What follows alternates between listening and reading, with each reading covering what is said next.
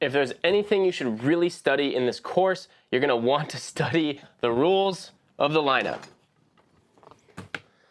The rules of the lineup are incredibly important when it comes to surfing because it's what helps us maintain order out in the lineup. And what oftentimes happens is you get like cranky old locals who have the rules convoluted, and then a mix of beginners who don't quite understand the rules of the lineup and how waves work and how the ocean functions, and they collide, and it's not good.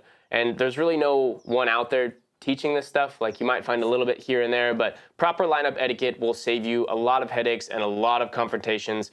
You're still going to deal with cranky surfers. Unfortunately, that's just how it is. But this is a very quick rundown of what that is, because I really would love to get this course on the road, because the sooner I do it, the more that I can learn about like what you guys want to learn about. And this is something that I'm really going to have to spend some time focusing on to break it down so that you can go and actually study it, because it does change and there's so many different scenarios. Like, you're going to make a crazy amount of mistakes. I make mistakes sometimes when it comes to it. Like, that's just how it goes. One of the first, and honestly one of the more complicated rules that you're gonna have to study to understand, is who has priority in the lineup. There are so many different factors that go into this, and this is oftentimes where those cranky old surfers will try to use this rule to their advantage so that they can get more waves, when in reality it's just because they're not that good of a surfer and they don't quite understand how the lineup works. The priority goes to the surfer who A, has been waiting the longest for a wave, and B, who is closest to the peak. These two have to work in conjunction because, you know, just like anything else in the world, it's pretty easy for this surfer to go and paddle around underneath this guy and take off closer to the peak. So if you're only using the closer to the peak rule, you oftentimes will be wrong. If the person who's been waiting the longest is like way over here and completely out of position for the wave, then whoever was next waiting the longest and closest to the peak is going to be who takes that wave. So whoever's been waiting the longest and whoever's closest to the peak of the wave energy. The next rule of surfing is that if you are a surfer and you are paddling out and the wave is going to be breaking on your head, number one, do not ditch your board. Whatever you do, don't ditch your board. Because if you think about it and you're riding an 8-foot board with an 8-foot leash, you have a 16-foot radius of something that could be just like a potential weapon. Like, I've gotten stitches from in the back of my head from somebody ditching their board. It's just really dangerous.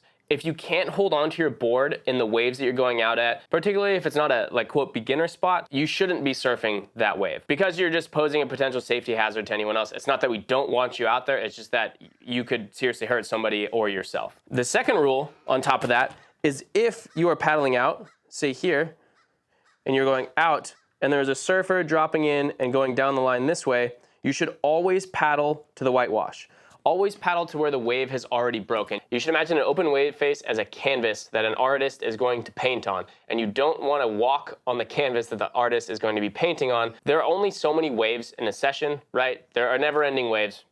That's totally true, but there are only so many good waves in a session, and there are even less good sections in a session. So as you progress through your surfing, you'll learn and understand more of this, but you just want to stay out of the way of somebody else. Again, everything in the ocean is changing all the time. The currents, the tides, the wind, everything about it is changing, so it's very unpredictable, especially when somebody is even riding a wave. You might not know how good of a surfer they are or whether or not they can get out of your way if you get in their way, and you are much safer if you just commit to going to the whitewash. There is a line where you will have to struggle between going to the whitewash and going to the shoulder, and that will take a little bit of experience and honestly a lot of mistakes with that. Like, you're probably going to go to the shoulder too soon, but any surfer that I've met, even if you've gotten in the way, they were more happy that you paddled to the whitewash than you would if you tried to paddle to the shoulder and got on their way even more. This next rule goes along the lines of that first one with priority. Take turns. It should be like drilled into your head. We've been taught to share our entire lives. Like, I understand that waves are few and far between, but do your best to take turns with other people. Like, look around, see who hasn't been catching waves, see who might be in the spot to catch a wave, who might not be good enough to catch a wave, and just let them have their chance. Give them a few chances to go and catch waves and just take turns with it. It's all good. Most of the time in Southern California, this rule isn't as applicable as it once used to be, but dealing with locals and respect within the locals is super important. But you wouldn't show up to a new city and just throw trash on the ground, right? Or you wouldn't just like blatantly disrespect somebody. But oftentimes, surfers get respect confused with being selfish. With waves, but it's important to acknowledge that if somebody is from a certain place and they've been surfing there every day for a very long time, they oftentimes will just naturally get a little bit higher priority than you, but they still should be taking turns and getting waves with everybody else. Acknowledge, say hi, smile at them. Some of them will tell you to beat it. I have guys who tell me to beat it sometimes. You don't have to. honestly.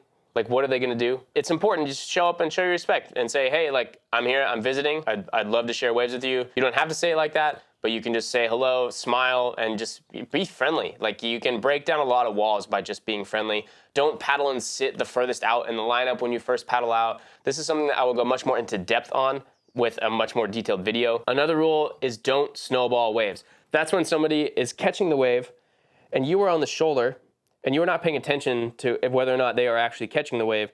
And what happens is you paddle to the wave and then look and pull out, and that causes the wave to break prematurely and will like completely ruin the rest of it for them. So try your best not to do that. But again, spatial awareness is gonna be super important when you're learning to surf. You're gonna make mistakes. Just keep that in mind. You don't want to snowball somebody. You're going to see a lot of people kick when they're paddling. I don't think it's the most effective thing because I've coached a lot of people in my life, and oftentimes when they start kicking, they stop paddling. So there's a little bit of that going on.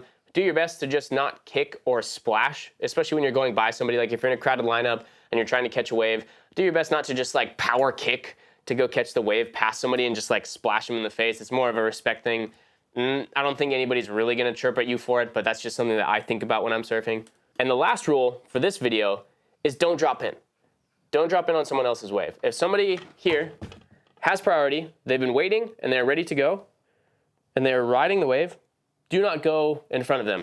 Waves are a limited resource. There are only so many good waves in a session, and the whole idea is that we can share. As much as it can be fun to have party waves with your friends from time to time, if you're surfing a new spot or particularly with people that you don't know, you just don't want to be dropping in on them. Like, it's dangerous, and you kind of just ruin the canvas for them to paint on. It's like somebody's painting like a watercolor and then you come in and just start throwing paint at the wall. It's not very nice.